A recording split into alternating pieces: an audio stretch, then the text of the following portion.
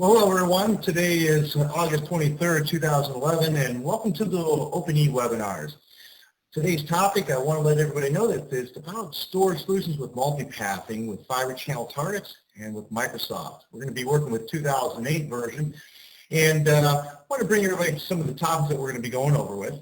But before we start, multipath is really needed for redundant physical path, with its components of adapters, cables, and switches. So basically it creates logical paths between the server and the storage devices, especially with the DSSV6 and using the Fibre channel targets.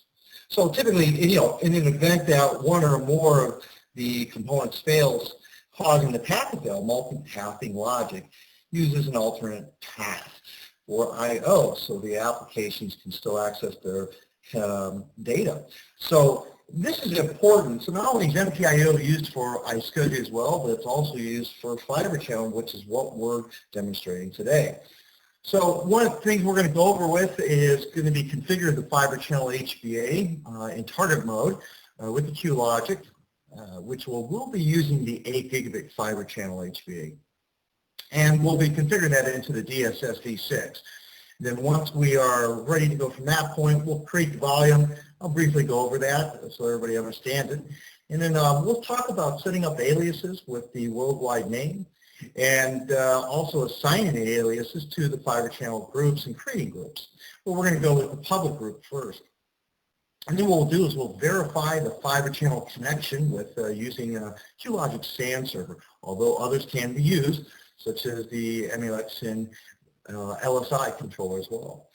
And then what we'll do is we'll complete the multipath setup with Microsoft.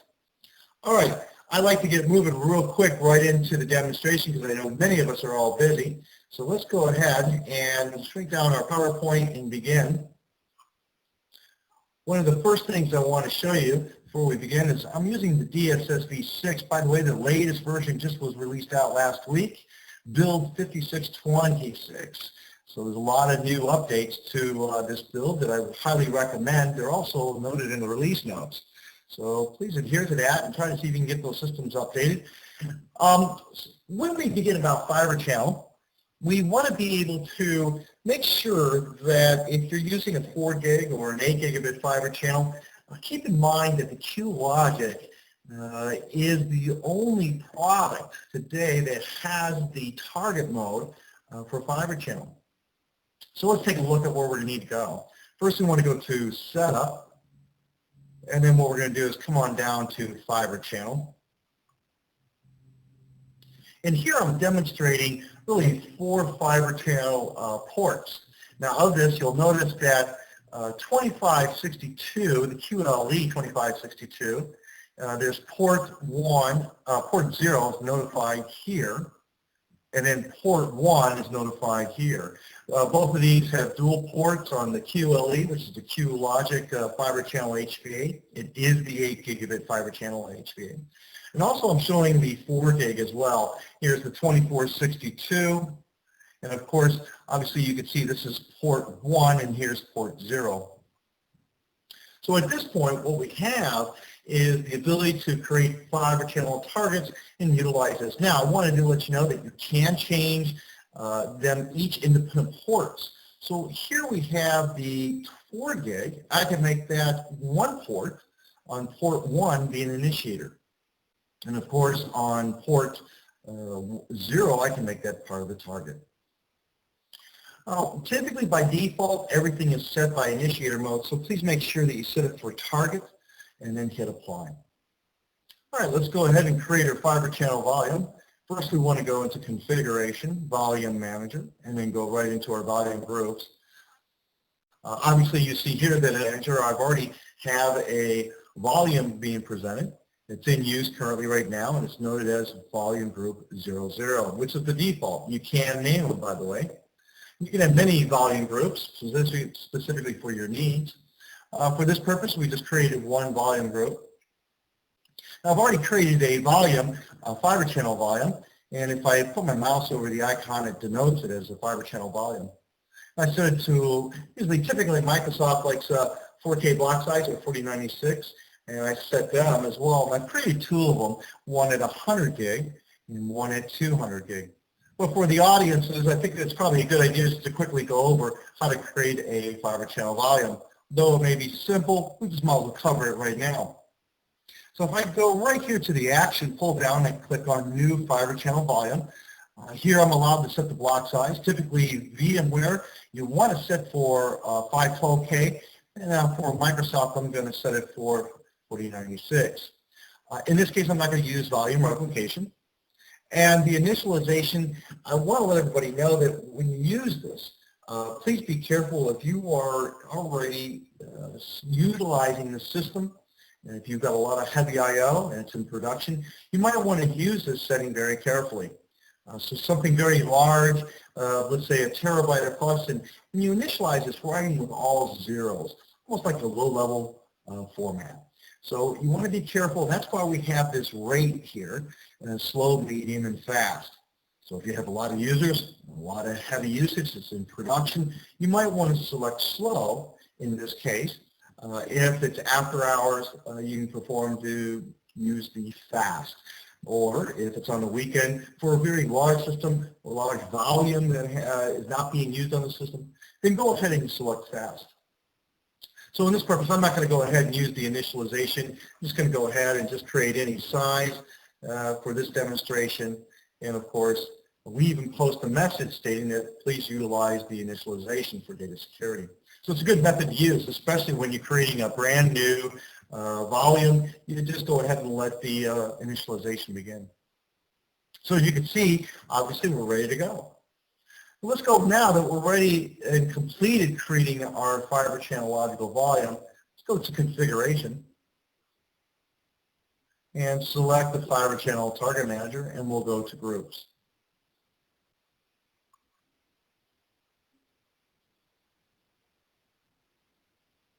Okay, so what you see by default here is really considered a public group.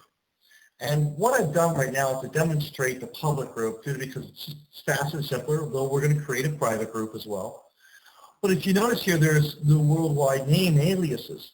Now in public groups, or what we call default group, you cannot change the name. It is default and it has to stay that way. And there's only one public group. But if you wanted to make private groups, so you specifically basically zone out different ports from the host bus adapters from the initiator side, then we would create the worldwide name aliases, and we'll go over that. But for this purposes, just for simplicity reasons, we'll go right in and show that we've got our volumes. We've already added them. They're denoted right now. They're already mounted. Here they show the block size. By default, they're all with write that caching. Here, if you wanted to do write through, you can, or specify for read only. Now my LUN values are set accordingly in order, so I have 0 through 1 right now. Typically in Microsoft, in some applications, you can only max out to 8, so you'd be 1 through 7. So this is a known issue with Microsoft.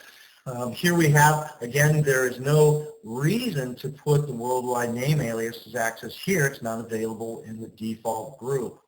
So keep in mind that the default group is a public group, being able to be seen by everybody. Now, if you're directly attached to a Windows server, which we are, or a switch, well, everybody will be able to see that. So here, directly attached, no one's really able to see what I have going on if I had other servers because of being point-to-point connection. Now, at this point, we're ready to go ahead and bring up our Windows 2008 server. Let's make sure that he's posted up. Okay, and everybody's able to see him.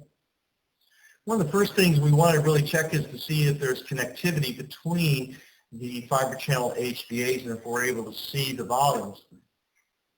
So what you want to verify here, we have the data rate, which is 8 gig, and it is connected to the system. There are diagnostics tools where you can use it to test your connectivity and do a loopback test. Be careful is that there's no heavy active I/O running when you're running this. And what you want to be able to see is you want to see any CRC errors or any other type of frame length errors, and this lets you know that you're able to communicate on the loopback. If you click on the port 1, let's say, and we do a refresh, what it'll come up with is we'll refresh that port and be able to see if it's able to connect to the target that we have. So we'll give that a second here. And here you can see the disk.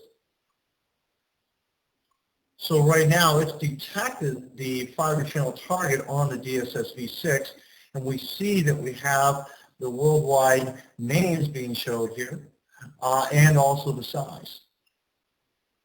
Now if you remember, we talked about the ports, the worldwide name on these ports here, and here you'll see this is the host bus adapter on the Windows 2008 system. So if you notice, it's 210001B, 32.9B, and so forth. Now on the DSS V6, you'll notice that I have ports here labeled. So port 210001B, 32.9B, and so forth.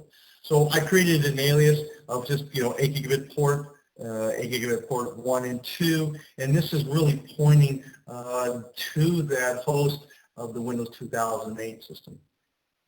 So it's not the HBA internally to DSSV6.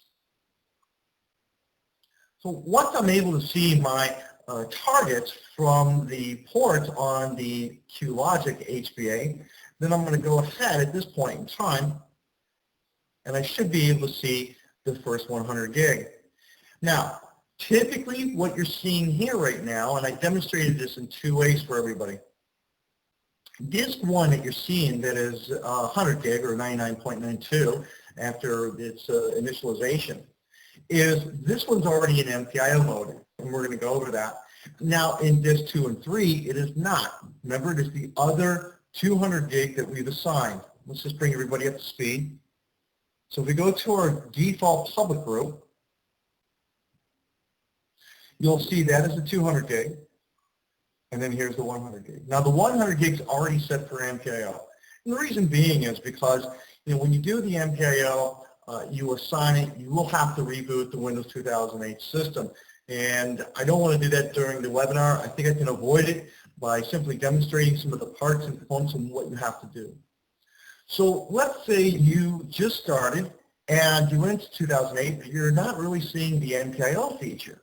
Because typically what you want to do is once you click on the disk, you go to properties, you should see the MPIO functionality here. But if you notice, right here on the properties on this disk, there is no MPIO. The reason being is because we have not added that multipathing disk and device into MPIO. But in the beginning, if you have not, for those who have not installed the MPIO feature, what you need to do is go into the Service Manager and click on Features. Now, in the beginning, if you just installed 2008, Windows 2008, or you have not installed the MPIO feature, you would not see this. What you would need to do is you would go to Add Features, right here on the right. See right here, you'll just be able to click on Multipath IO. Currently would state not installed. Once you click this, you hit Next and follow through the rest of the procedures and install it. Then this would give you the ability to utilize the MPIO functionality. Now once you've installed the MPIO, what you would need is go to Start, Control Panel, and here you'll see the MPIO. You can also access the MPIO by going to Start, Administrative Tools, and here you'll see MPIO as well. So let's go ahead and open it up. Now here is the path that I already have for the 100 gig that we have on disk 1 that we see right here. And here you can see that the paths have not been enabled and initialized. So what you want to see is this right here. Let me back up here. The MPIO device that we have on the 100 gig is this device here. And how can you verify? Very simply. What you do is you take the disk 1, you right click and you go to Properties, and then you click on MPIO, and you can see that you have 2 path devices and both are active and active, and we'll basically show this in a second. What you want to do is go to Details, and here you'll see the either the friendly name, which if we were to, I'm not going to list the whole letters and number scheme here, but VFO, It's in a multipath disk device. And here you can see this is VFO. So the device hardware is already listed, so you can verify. Now when you discover the multipaths, this is where it's picking up from this device here. So the 200 gig is being listed on this at this point. As you can see, there's no MPIO. If we look at the details, you can see that 38Q matches the friendly name. And if we go back to MPIO,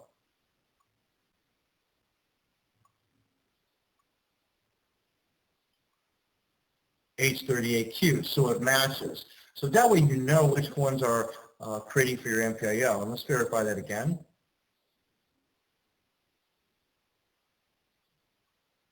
So if we were just take the last three characters at the end would be 38Q, and over here we have 38Q. At this point in time, what we have to do, since this one's already set up for MPIO on disk 1, let's set it up for disk 2 and 3. Let's make them, you got to place them online for one of the disks. Then you want to go to the MPIO properties, and you want to see the device hardware ID. At this point, you want to click on Add, and this is where Microsoft wants to reboot, because once you reboot, then you're able to see in the MPIO devices, and it'll add that in the round robin specification. Typically, there are many different path failovers that are associated with MPIO. So you can see here, a reboot is required to complete the operation. So we'll go ahead and let that reboot, and let's go back over to the DSS V6 and talk about private groups, and then we'll come back to that. So right now, we're already set up as a default public group. Now to add a new group, all you do is click on to groups, and we can call this MS Windows.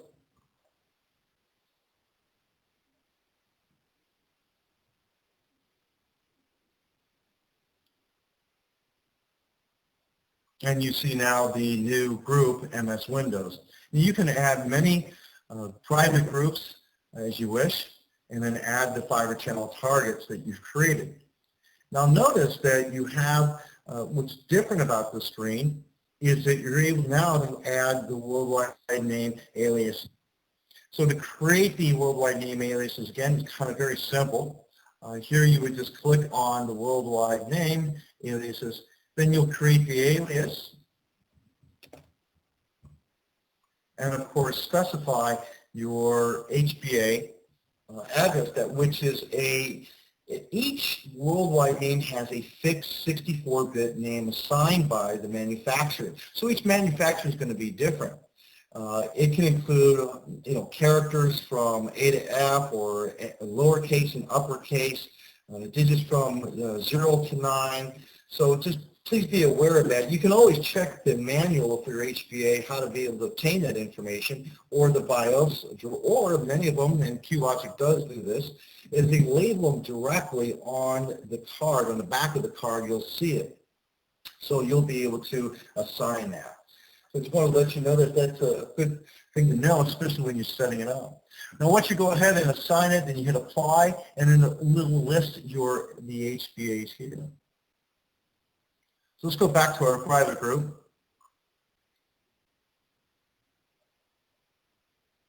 So here we have the 50 gig that we can assign, and we'll use the LV02. We're going to leave the defaults read only and write through. We're going to take that off. And by the way, if you have any questions about some of these features, in every function that we have in DSS v6, there's a question mark. It's our online manual. So here's some information you can read about that aren't very helpful. But typically, you want to use the write back cache by default. This means that writing is considered complete as soon as the data is stored on the disk cache.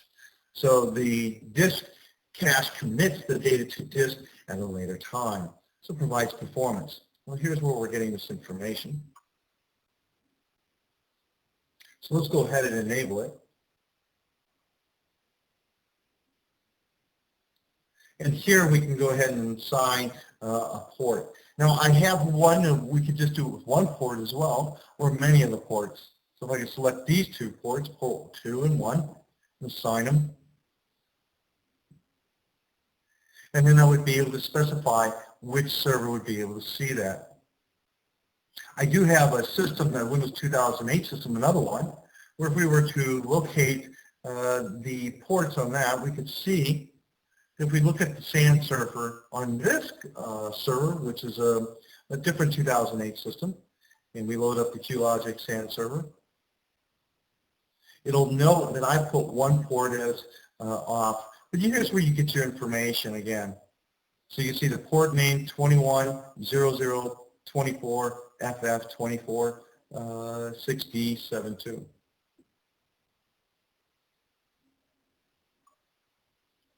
And if you rescan, then you'll see all the information. Now let's go ahead and check to see if our other system is up. And by the way, there's our 50 gig volume. And what we'll do is, let me load up the other system and see if our Windows 2008 has already loaded that we've added to the multipathing. And that would be for the 200 gig fiber channel volume that we have.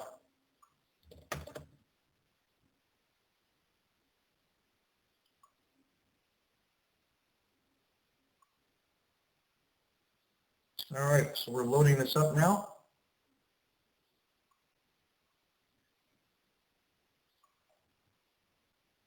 And let's go to our disk manager. Give it a second. We just started booting it.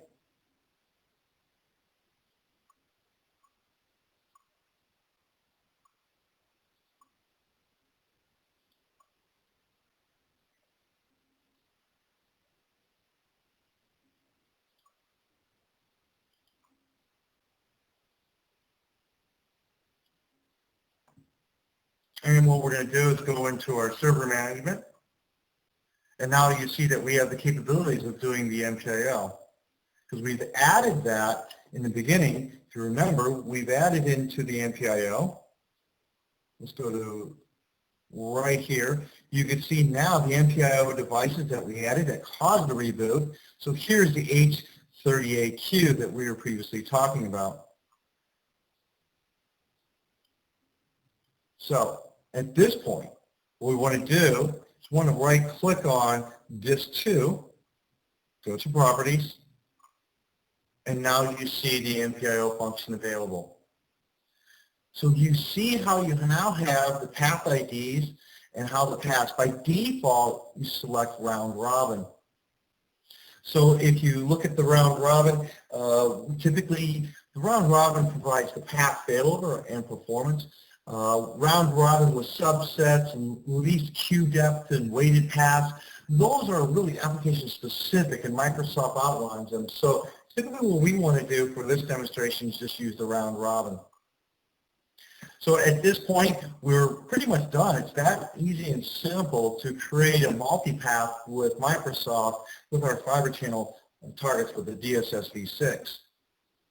So if we were to go ahead and just go ahead and format the volume and put some data, I want to show you something.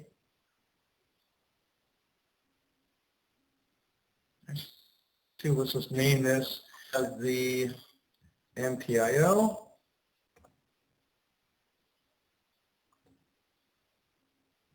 And so it's completed. We should see our drive. And here's our size. And let's put some data on there. So I have about, well, let's put all these files on here. Okay, it comes out to, bandwidth, that's good enough. Copy. And we'll put that on D. Now, what we'll do at this point, what we're going to do is we're going to remove a port from the DSS that is associated with the Windows 2003. So we're going to remove one of the worldwide known aliases. So let's go ahead and bring this down and bring up the DSSV6.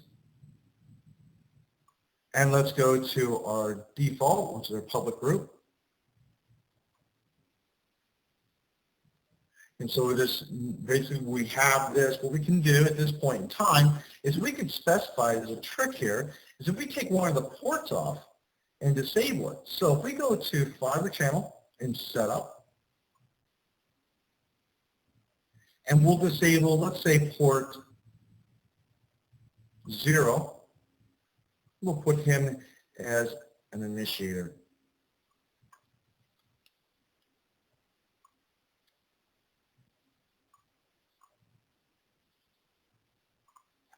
Now, in doing that, that means we have one less port connected in the MPIO configuration, but we're able to access our data still.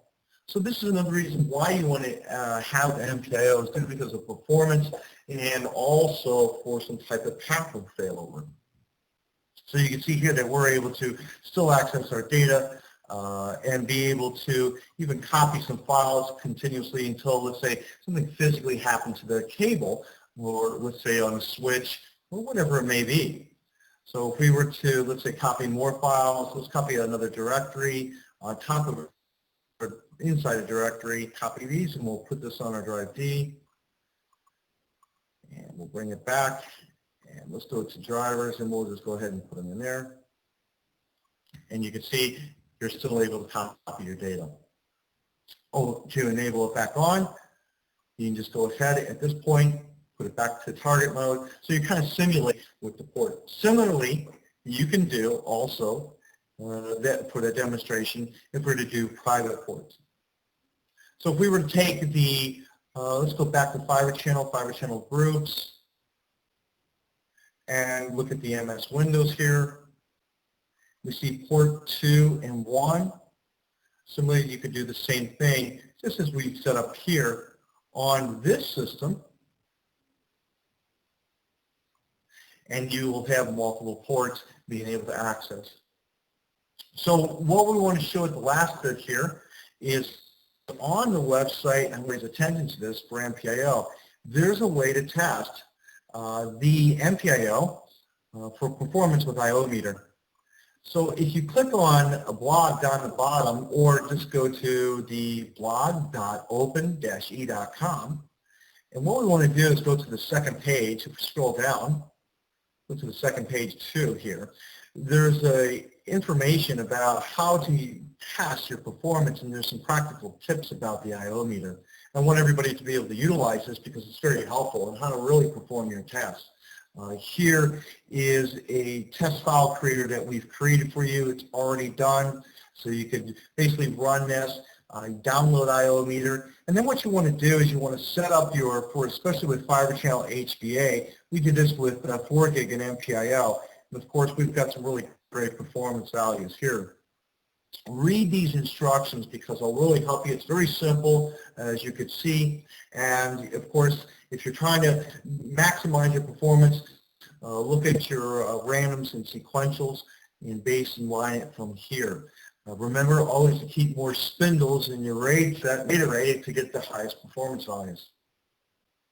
So this is good information.